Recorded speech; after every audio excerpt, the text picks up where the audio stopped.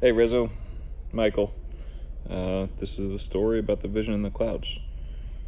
Let's see, put it in order real quick in my head. So July 4th, 2020, we're out at my dad's house, me and the kids, watching fireworks. And they're not really big into fireworks, but we're watching fireworks. And this year, go outside, and the fireworks hit a lot different than they have ever felt to me before. I've been deployed. I've seen all the things that a person might see in deployment, and the fireworks still never really shook me in the way that it shook some of my friends. Like I had a friend who he was blown up by 3 IEDs, and he had severe anxiety and responses to fireworks. I never felt anything like that. But this night, it was like everyone just shook me to my core. And I felt kind of, I kind of felt what they might feel. And it was really weird. And then later on in that night, my dad gave me some oil to see if it would calm me down at all. And a few minutes later, I got overcome with this wave of sobriety. And at the time, I was like, oh, well, maybe I need to get this from the doctor, but it was something else. And I couldn't shake that feeling. It was just complete sobriety out of nowhere. However many couple of drinks I had, and drained from the cigarettes and all that stuff is completely gone, and I'm clear-minded out of nowhere. And I'm like, okay, well, I'm completely sober, so I'm gonna go home. And brought the kids home. We're done with fireworks. We go home. I watch a movie, and at the end of the night, I go outside because I was watching Space Force, and the way they finish the show is they finally make it to the moon. So I'm like, all right, that's a good show. I go outside, look at the moon, and I stepped out there, and it was like I was stepping into sunlight, and the rays they cascaded down all the way to the grass from the moon. And it was like the moon was just as bright as the sun, but in that moon color. And so I got captivated. I got captured by it, and I just admired it and stared at it and looked at it. And as I was out there, I noticed that all the smoke from the fireworks, which was a ton, I mean, it was just the entire sky could have been covered in all these. Everybody was lighting off more fireworks than I can ever remember my entire life. And it was all the smoke was pouring like a big river up from the north and coming down into like a little tiny stream. And that stream started flowing right in front of the moon. And it was the most unique thing I've ever seen.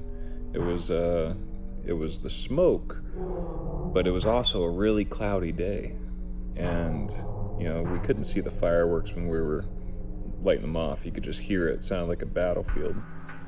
But when I got home and the smoke started pouring in, it was crashing against the clouds, and it was crashing in a way that I've never seen before. It was swirling and mixing and really fast and really violent and animated. And then all of a sudden, everything stopped. The movement in the clouds and the smoke, it all just stopped for a moment, and it froze. And a dragon appeared in the clouds as a part of the smoke and the clouds all mixed together. And it was a perfect dragon. It was not like it's not like something you make out. This is something that if anybody in the entire planet saw it, they would say that is a flippin' dragon. And and I thought back to taking that oil earlier in the night, and that feeling of sobriety that was still washed over me. And I was like, am I hallucinating? Is there something going on here? And I mean, there was so much detail to it. I could see the teeth coming out of the mouth. I could see the geometric pattern of an upside down pentagram, a star. I could see scales on the body, but it had like a face, kind of like a lion, and its head was directly over the moon. I mean, there was absolutely no mistaking what this was, and I doubted my eyes for a second, but I did step back from myself and I cursed, "That's a dragon," and as soon as I said that, as soon as I kind of acknowledged it, it just kind of dissolved back into the quick moving smoke crashing against the clouds, and then almost immediately after that, it was an image of a pregnant woman that appeared, and she was holding her belly. Her fingers were outlined with the smoke. It was like the black smoke was just moving in a perfect way, in the shape of a hand, around a perfect way in the shape of her belly, and around the perfect way in the shape of a dress floating. And she was under the moon. She was she was in labor. She was giving birth, and it was directly under the dragon, directly under the moon. And then at this point, I was like, okay, well, this is not something that I did. This is something that's happening to me. And then, and after that, it was a baby, a cloud baby, a perfect cloud baby. I mean, impossibly perfect. And that appeared above the moon, and it was to the right. And then appeared the serpent, which was actually like the same size. It was the same, positioning and everything in the sky, and its head appeared directly over the moon. But this wasn't like a sinister image like the dragon. This was like it just looked like a dumb snake. It had a round head. Didn't look like a scary snake, just looked like a dumb snake. But then appeared the woman again, and she appeared above the moon, and all the images so far, they were perfectly still in a way. I mean, they had like little tiny bit of natural movement, but they were explicitly still. And this one had an upward drift, so it was like she was moving upward. And when I first saw it, I didn't know if it was the woman, or if this was representing God or something like that. But it appeared to be the woman. She was floating above the moon and ascending. And then I thought to myself, I know this story. I know this story from somewhere. So I went and I looked up dragon, pregnant woman, and it brought on my phone, and it brought me to Revelations 12. So I start reading in Revelations 12, and it's all, exactly. It's exactly the way that I just saw what I saw in the clouds.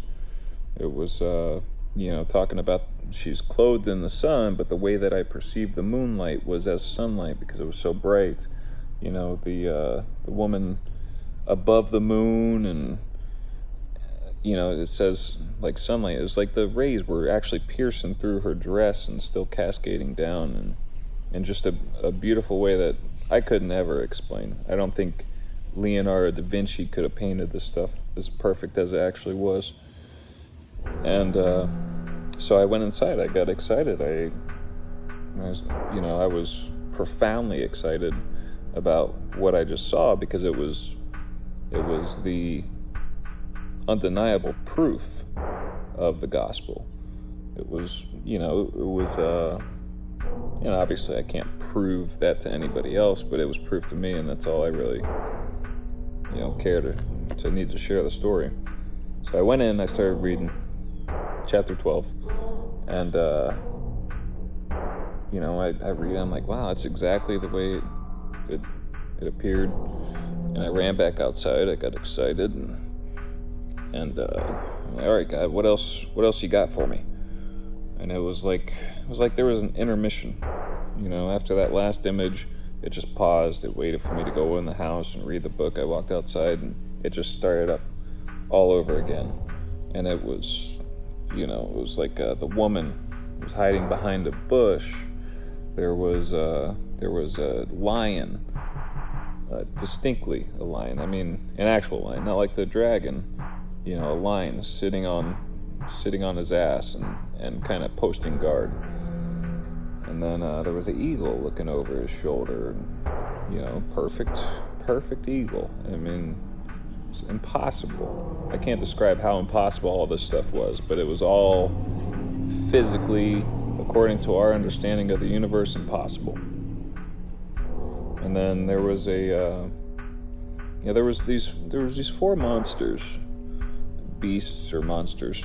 I read in the book later it says beast, and I didn't like grab onto them because the other images were explicit, they were clear, they were perfect, they were very identifiable. But the beast, they were in like kind of a morphing, pattern, so that you could tell that it was a beast, but you really couldn't recognize and see like what kind it was, or put a memorable, attribute to the facial definition or anything like that.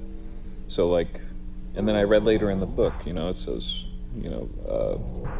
I recognize them not, so I wrote them down. I didn't write them down. And there were some other things that that kind of passed over me, but at some point, it displayed a great army, and this was not like the area that I was looking. So actually, let me walk outside and show you.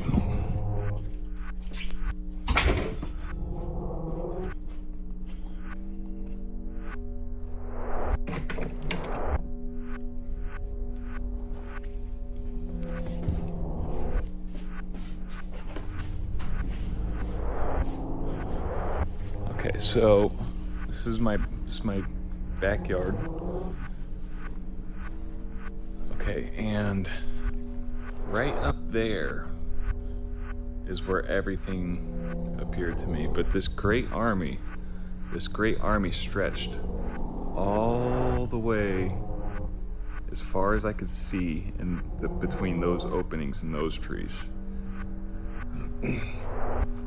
And I couldn't make out much details about it, but it was definitely an army. And I saw a pharaoh. Well, actually, go back. Before the pharaoh, there was a chariot, and it was led by horses. And there was a man on the back, and he's either whipping or guiding the horses, and they're kind of flying up, at an angle. They're not running straight. It's like they're going up a hill or something. And then there was a great, in size, it was enormous. It was a giant head, and it was like a pharaoh. It was like an Egyptian with a golden headdress, and it was very dark and ominous, and really, like, the whole sky just got darker. It got really dark when that image came, and it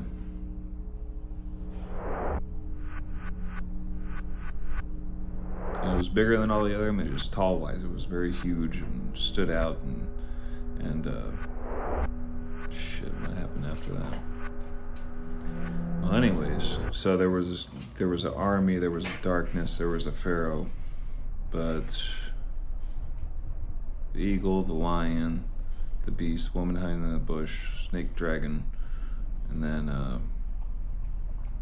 and there's probably other things that I didn't write down or I wasn't thinking about, but after the pharaoh, everything changed, and it was like it was kind of softened up a little bit. It wasn't so dark, and another image appeared, and it was just like the positioning of the pregnant woman. It was under the moon, but this wasn't a pregnant woman, it was a blindfolded man. And this is the other image that made me step back from myself, because when I looked at it, I thought immediately, that's got to be Jesus. There's no one else that could be. I mean, because it looked like kind of the way they paint Jesus. And I mean, I could see all the blindfold wrinkles and, you know, his hair, and he had a beard, and I couldn't see much details in his body or anything, but I could see that he was laying on his back and he was blindfolded. And after I said it was Jesus, then it disappeared and another image appeared. And this one stayed the longest. It was it stayed where it was at the longest, and it was a perfect triangle around the moon, and to me it was a cave. It looked just like a cave, with the light shining out from the cave, and it just stayed there. I mean, it just stayed there for an impossibly long time. It was just a perfect equilateral triangle, just sitting around with the moon dead center in the middle. And I was like, okay, well that was Jesus. You know, it's got to be, because, you know, that's a cave with a light coming out of it, and Jesus was the light. And then after that, it was just the hand of God. It was literally, you know, like this kind of thing, but then like cut off at the wrist like a statue. And it was animated, just like the woman rising above the moon. Also, the pharaoh was animated, but not really. It moved across. It was like it was moving across territory or something like that. But the hand actually was closing, you know, and lifting up, and it was like holding up everything underneath of it, and then that was it. That was the vision, and I was just completely overcome with a sense of peace.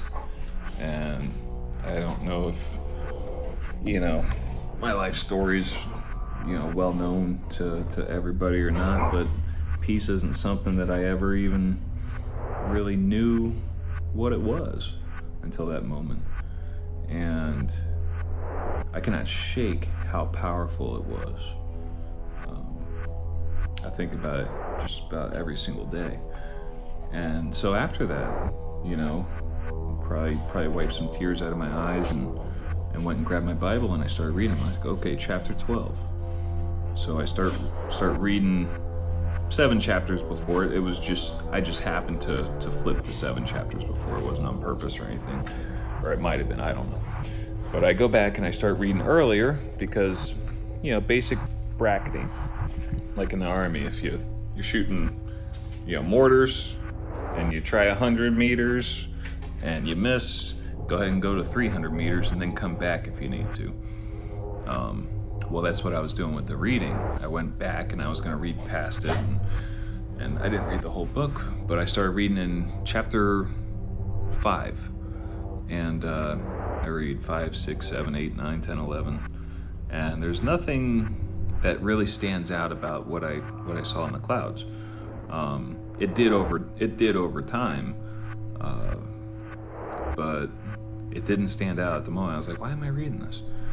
And then I got to chapter 12 and I said, okay, this is where the answer is at for what I was watching and what it means, and basically, you know, I read past it. I read 13, 14, 15, 16, 17, 18, 19. Okay, Jesus is coming back, and, you know, but it was specifically in chapter 12, when I saw the vision and when I was reading the book and how it lined up, it was pointing me to that chapter as a reference to a timeline, is what I felt. And I've gotten kind of confirmations about that, and, you know, then I got a signification that we're in chapter 13 and now we're in chapter 14, and things are just moving right along. I don't know if the politics, they're just playing, you know, their playbook right out of the Bible to to make it like that, but I'll tell you what they're definitely not doing. They're not pushing a button in a machine to make Bible stories play in the clouds. So anyways, I read chapter 12. It's in there. I read 19, and it's in chapter 12. And I spent hours reading and looking and trying to figure out what I just witnessed and where there might be answers to what I need to be doing or whatever.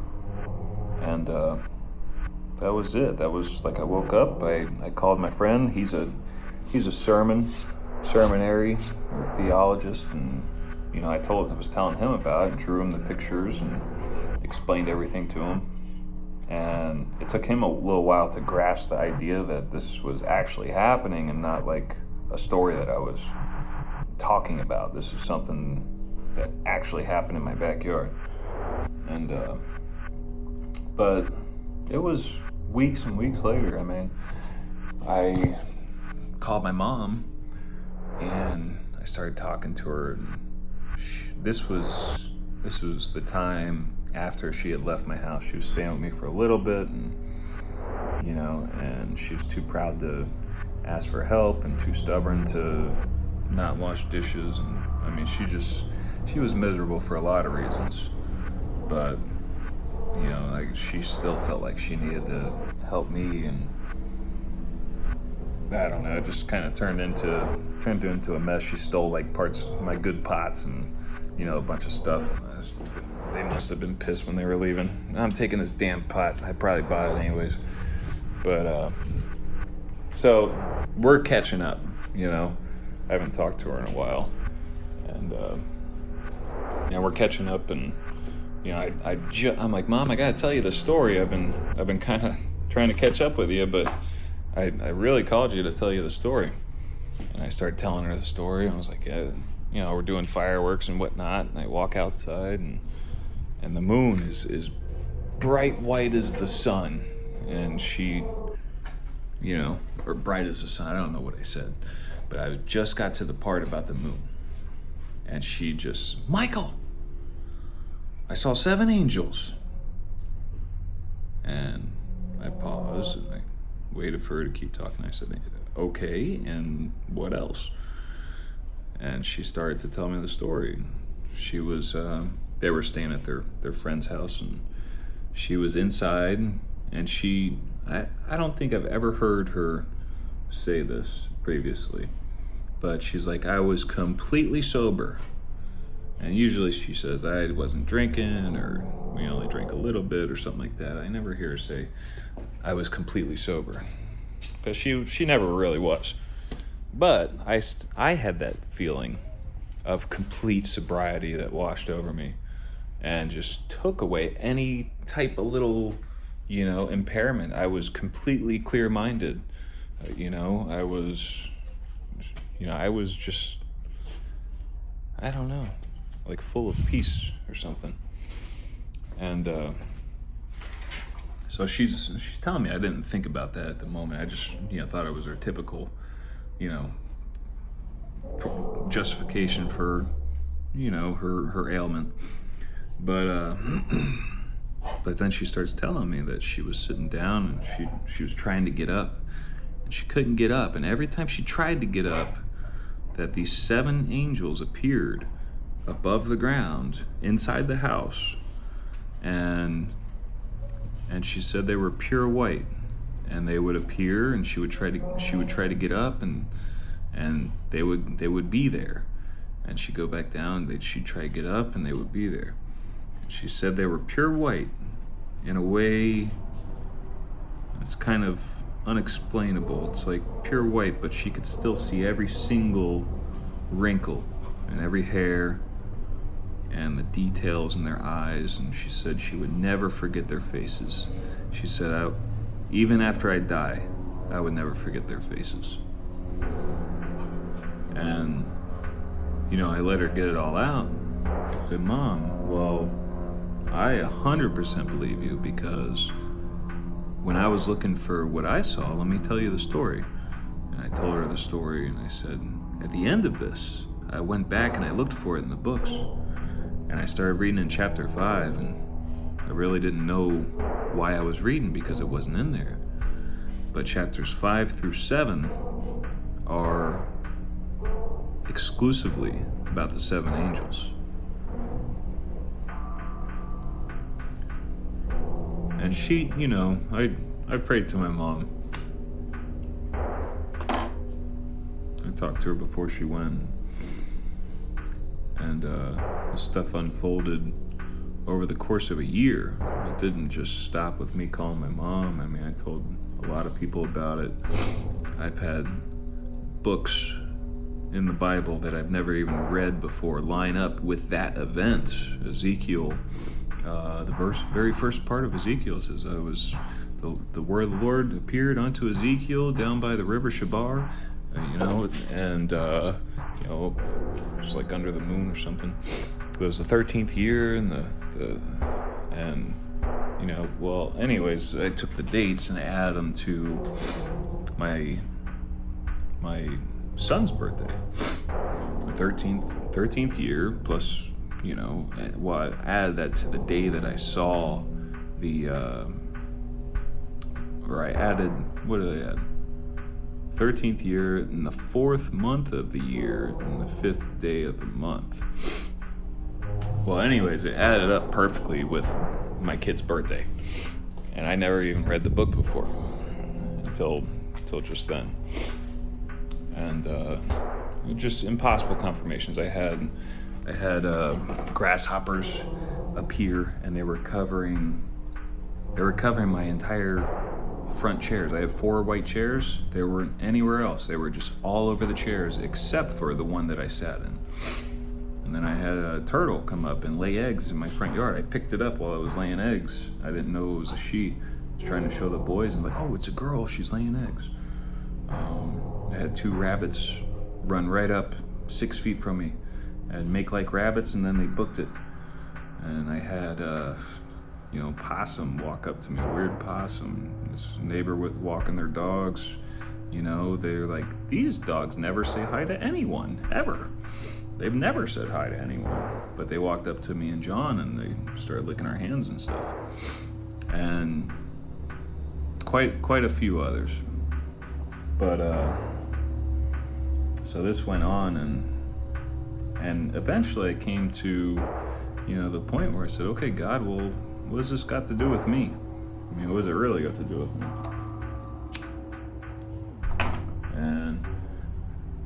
And Jesus, chapter 19 was coming back, and that's where I landed. That's where threw the Bible up in the air and said, God, put me on the right page. And he put me on chapter 19 in Revelations, and Jesus is coming back, and basically what they're preparing for the wedding. They're preparing for Jesus's wedding. And I'm like, okay, God, well, what does that have to do with me? I don't know what that has to do with me. And then I did one more blind faith flip of the page, somewhere random in the middle, and I land on Isaiah 53. And Isaiah 53 starts off with, who hath believed our report? And to whom is the arm of the Lord revealed? And that immediately made me think about a different thing I was thinking about. About the Alpha and the Omega.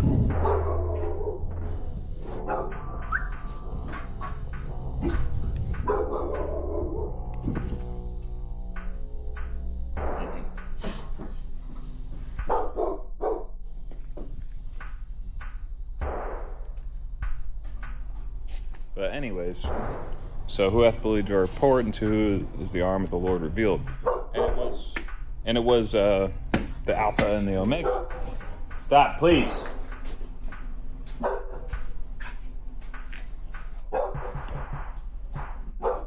Dog.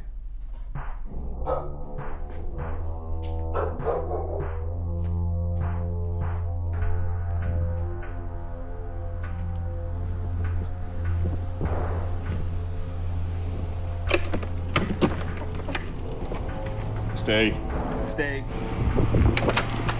I bark at nothing.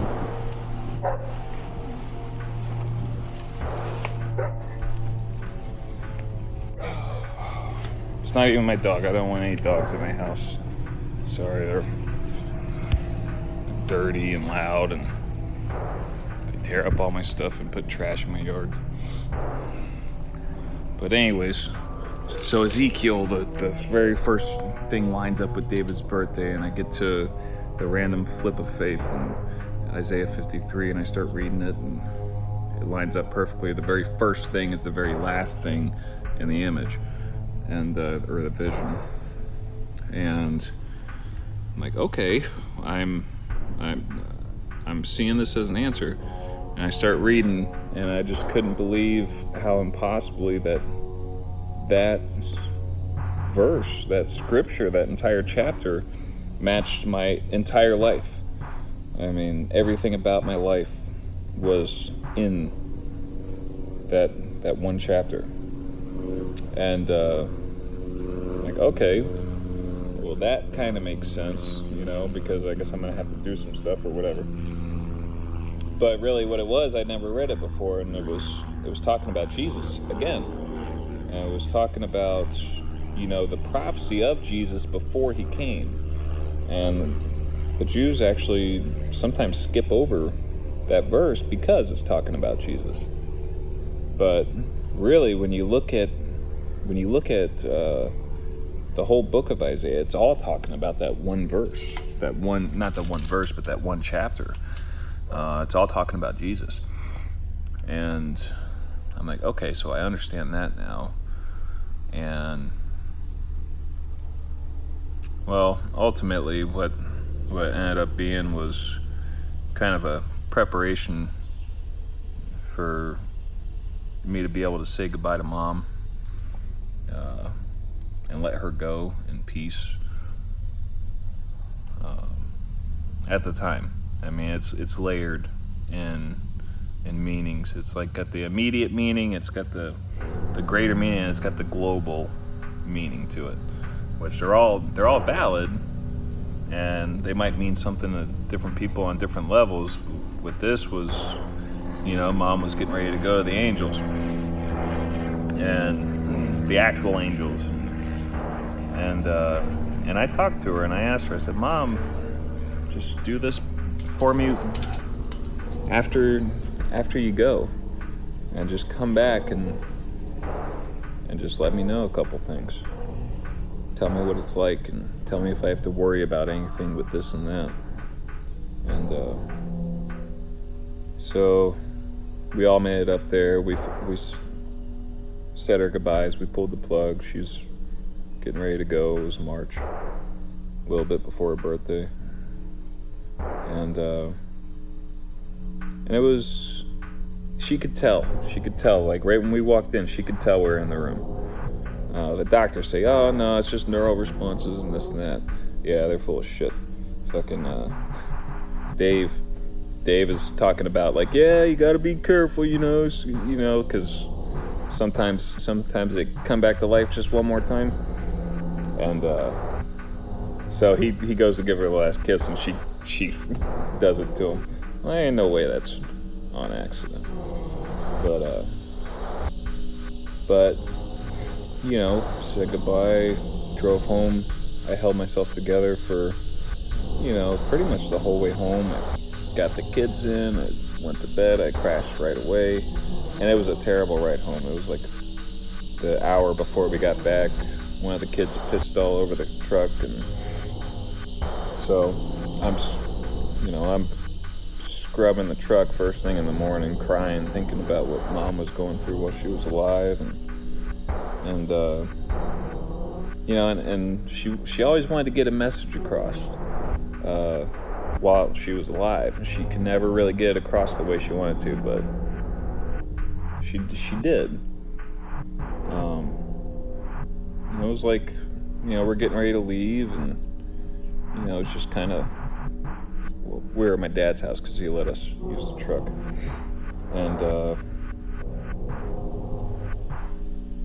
and basically she came back and visited me, and she answered a couple of my questions in a way that was kind of hard to explain, but... And then I saw this vision. I laid down and just in sorrow in the back of my truck. I wasn't ready to drive. And I closed my eyes and I thought back on the questions I was asking her. And as soon as I thought about asking her what heaven was like, I rolled over and the sun was behind all the clouds. And you have your eyes closed and it's nice and red on your eyelids. Well, like all the red rolled off to the sides and it was just pure yellow. And in that yellow, I could see these images of a city, but it was like an aerial view. It was like a drone was flying around. And I could just see the tops of buildings and I could see the streets and I couldn't make out any details or anything like that, but I could tell it was definitely a city, you know? And everything was yellow because of the sun on my eyelids. My eyes were closed, and this was all in my head. This was not something I was seeing in real life. But then it came to the very top of a building, and it came to the very corner of the top, and it was like it's kind of like a sultan's palace kind of thing, you know, like that kind of shape in a circle. It's got that thing on top, it's gold, but then I could see the bricks, you know, the brick lines and the mortar, and the very top of that corner was bricks, and then on top of that was a gold piece. And then at that point, you know, Mom basically showed me heaven, so I fell down on the ground and just wept. And that was it. That was the whole thing. And I went home and I said, all right, Mom, I don't know what you could do, but just talk to me through this book. And she put me on the question that I've been asking myself for the last 2 years going to school is, who am I? And it was a direct reference to that. It was Nineveh is, I think, part of where we're from.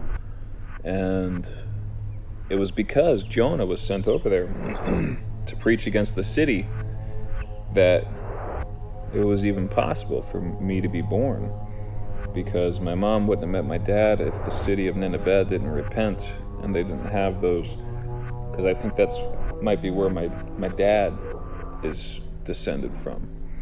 And I think it's actually, we're mutts, so we got a bunch of stuff going on. But so anyways, okay, that's impossible. And also, like, while I was in the truck getting ready to drive and I just couldn't drive, I prayed. I was like, God, just take this feeling off me. And as soon as I prayed, I threw up. Well, also in that book, you know, Jonah prays to God and the fish throws him up on dry ground. And, you know, just coincidences that don't happen.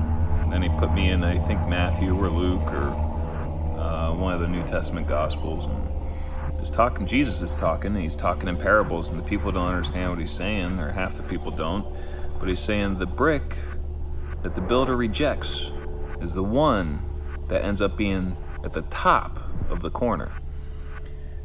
And that just was everything. So I don't know how many times I've read over that short little line, and it was just something that I read past and I didn't really think much about, or I didn't understand. I wasn't allowed to understand it. I don't know. But Mom was that brick. You know, God doesn't look at people the way that people look at people. And Mom had a really hard life, but she never gave up her belief. She never gave up her stubborn belief that we have a choice, that everything's a choice. Even though she was consumed by cigarettes, she was consumed by alcohol, and then, you know, the painkillers and stuff, and then anger and everything else that comes with it. I mean, she was sharing her body with different spirits, and it's not a very easy thing to do. But that was it. That was the vision. She died when she was 53, Isaiah 53. When I went and read back over it, and it's talking about her. It is talking about me. It is talking about Jesus. But it's talking about, us. We are, as kind of believers in Christ, we are to suffer in a way that pays tribute, I guess. I don't know the exact words for it, but we're meant to suffer a little bit because we're believers and because we're in some kind of a test. And I could go on. I could go on about. Oh, actually, before I quit, so let's go back in time. So I have the vision, right? And I'm looking for this and I'm looking for that, and somewhere in between. I don't know if it's before I talked to Mom, after, whatever. But I had this period of time. Actually, it was definitely after I told Mom the story. But I had this period of time where I went several weeks with no dreams. And I noticed, and I said it to myself, I'm like, God, I haven't had any dreams in a while, weeks. I mean, just nothing. I couldn't remember any dreams at all, or even just having a dream. But then after, it was just a couple days later, or I had the dream of all dreams, and it was everybody was outside, and darkness overcame the earth, and the sun stopped shining, the moon stopped shining, and you could still see everything because it was a dream. You could see the silhouettes of everything, but it was like a big macro view of the entire planet, and everything went black, and everybody was outside. And all of a sudden, another light came on, but it was from across the entire universe, and it lit up everything. I mean, it filled everything with light. It's like so much light that it filled Mars, and it filled Jupiter, it filled Saturn, it filled the moon, it filled the Earth, it filled the people, it filled every star as far as the galaxy traveled, as far as the universe traveled.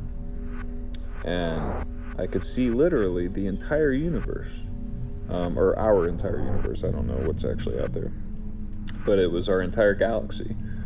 And the way that the light was coming, it was coming from across the universe. So the way that it hit this curvature it was a big glass ball around the entire galaxy. And the only reason you could see it is because the light was coming from the outside. You could see the way the light was hitting the curvature and coming off of it into it. You could see that curvature in the light coming through. And you could see it. And in the dream, I was like, oh, the firmament. That's what it means. My whole life I've been trying to figure out what a firmament meant. And there's actually some I don't remember where they say it, but it's like spread like molten glass. Well, that's exactly what it was. It was like a glass ball and protecting our entire galaxy.